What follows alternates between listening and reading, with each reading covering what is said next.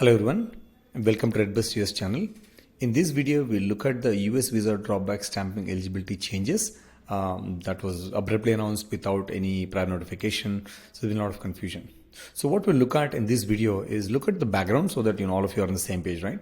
What has happened since 2020 until 2025 and what changes have been implemented. And then, we look at some official website, what changes are there, and we look at actual system also, right? The screenshots of what it looks like. And then we'll also look at the support, what support responded as well. So just a quick background, right? This whole point of Dropbox eligibility, right?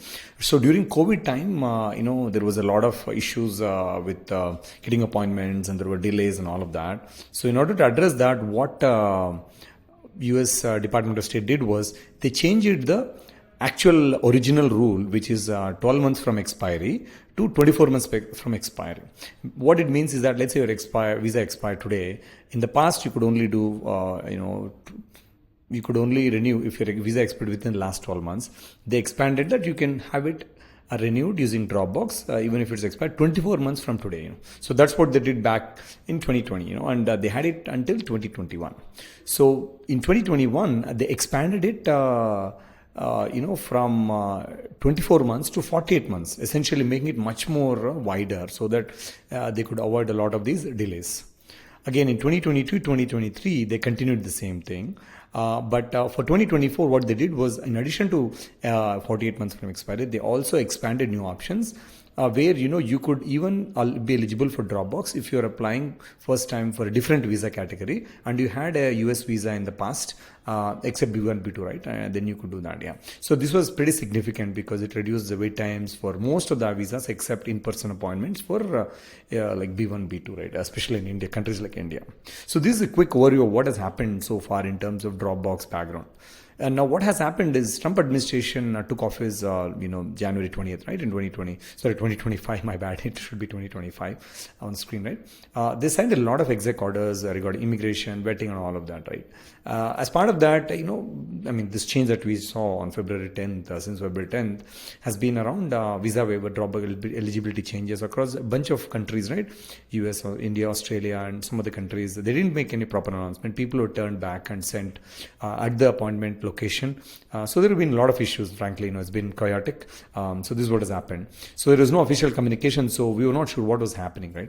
So that's what we will try to address in this video. So the first change is, again, just to clarify, there is no official news release done by US Department of State or US embassies or US consulates whatsoever, right? There is not even their website has any information on this. It's kind of sad, but this is the reality, right? This is how Trump administration has been notorious for doing some changes in the past, right? So they just do it without a proper pronunciation, all of that. So this has been like that as well here. So that's why I do have to show. So the first change is for Dropbox, your previous visa has to be in the same category. Again, this is basically they're reinstating the old rule. This is not like they changed it, frankly. This is they're reinstating the rule that was before COVID, right? That you have for Dropbox, you have to be in the same category. So we looked into the system. So this is what it looks like, in the actual US visa appointment system, which is US visa scheduling. So in the past, the first question they would ask is, do you have a previous US visa in any visa class except B1, B2? So that's what they used to ask. Now, after that, the second question is previous visa except B1, B2 within the last 48 months. So this is the question. So now if you see the new question, there is no two questions, only one question. Let's say you're applying for H1B, Dropbox. Then, they say your previous H1B visa. So basically what they've done is they've removed the any visa and now they have the visa category specified. So this, even if you look at H1B or B1, B2, anything, it has to be in the same category. So very, very important. This is the first change. So this is actual from the real system that we have taken it, in fact today, right? So this is real, and this is from US visa scheduling, for India again. It is the same, in Australia, other places as well, wherever they rolled out the changes. So the second change they've done is, just to go back to this, right? So in the past, right, let's say you had an F1 visa and you were going for H1B Dropbox, you were eligible because it was any visa. Now, if you are going for H1B stamping for the first time, you're not eligible for Dropbox anymore because they did the change. So all the students who were studying in the US who did change of status, and they came to India or another country, right, for doing stamping. They were eligible for Dropbox in the past. Now they cannot use that. So it's a big change, frankly. So it's going to really add up a lot of the wait times for a lot of the applicants. So that's the big one. So the second one is now the change from 48 months to 12 months, right? So in the past, again, this also Trump administration has not really technically changed the actual rule. So they reinstated the old rule before the Biden administration made these changes, right? So they're bringing back what was originally out there, 4 years ago. So that's what they have done. So if you look at the questions, right, so their question used to say, did your previous previous visa expire within the last 48 months. Now the new question says, did your previous visa, B1, B2 or whatever visa that is, right, expired within the last 12 months. So you can see clearly the 48 months have now become 12 months. So this is the big change. So what happens if you have an appointment now, you need to really you can't use this anymore because it has to be valid on the day of the interview, and you also need to have at least 7 days before your visa interview has been expired. So let's say today is, let's say 31st of, February, 31st of March. So you can only do within the last 12 months, and you need to even reduce 7 days from that. That's what you need to do. So that's what it is, right? So what they've done is they've not really made an official announcement, but they've updated the, US Travel Docs website, and some other websites and the questionnaires in the respective country. So you will have to check your respective country's website for these changes, right?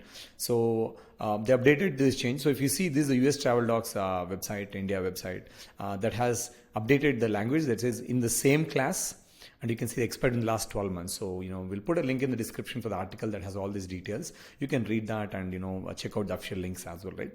So this is the update they've done on the US Travel Docs website for India.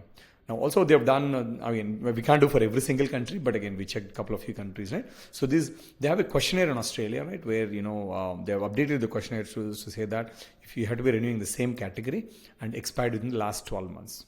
So the important thing to note here is, right, they've done most of these changes without proper notification. You need to really check what is relevant in your country, but definitely it's changed for countries like India, Australia, and other few countries that are using this system, right?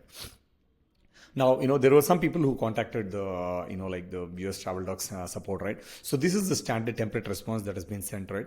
So what they've said is, if you, this especially for India, right? If you have, they said the criteria changed from February 10th and the new criteria is effective immediately. So you have to qualify for this new criteria when you go for interview. That's what they're telling.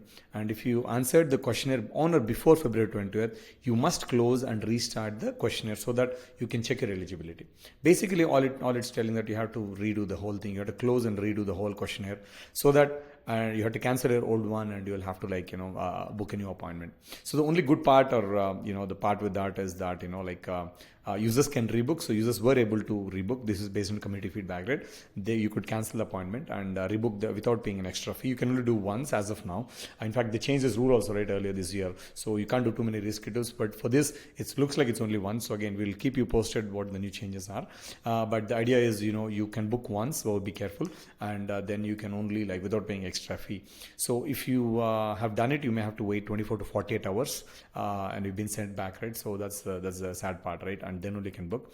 So this is a significant change because if you have done any travel to your home country and then all ready to take the Dropbox, now you're really stuck in limbo. So it's sad, but I guess that's how they've been doing. So next time, be prepared and just plan it. So do leave your feedback in the comments and ask your questions. So we'll be happy to answer. Thank you for watching. Do subscribe for getting regular updates.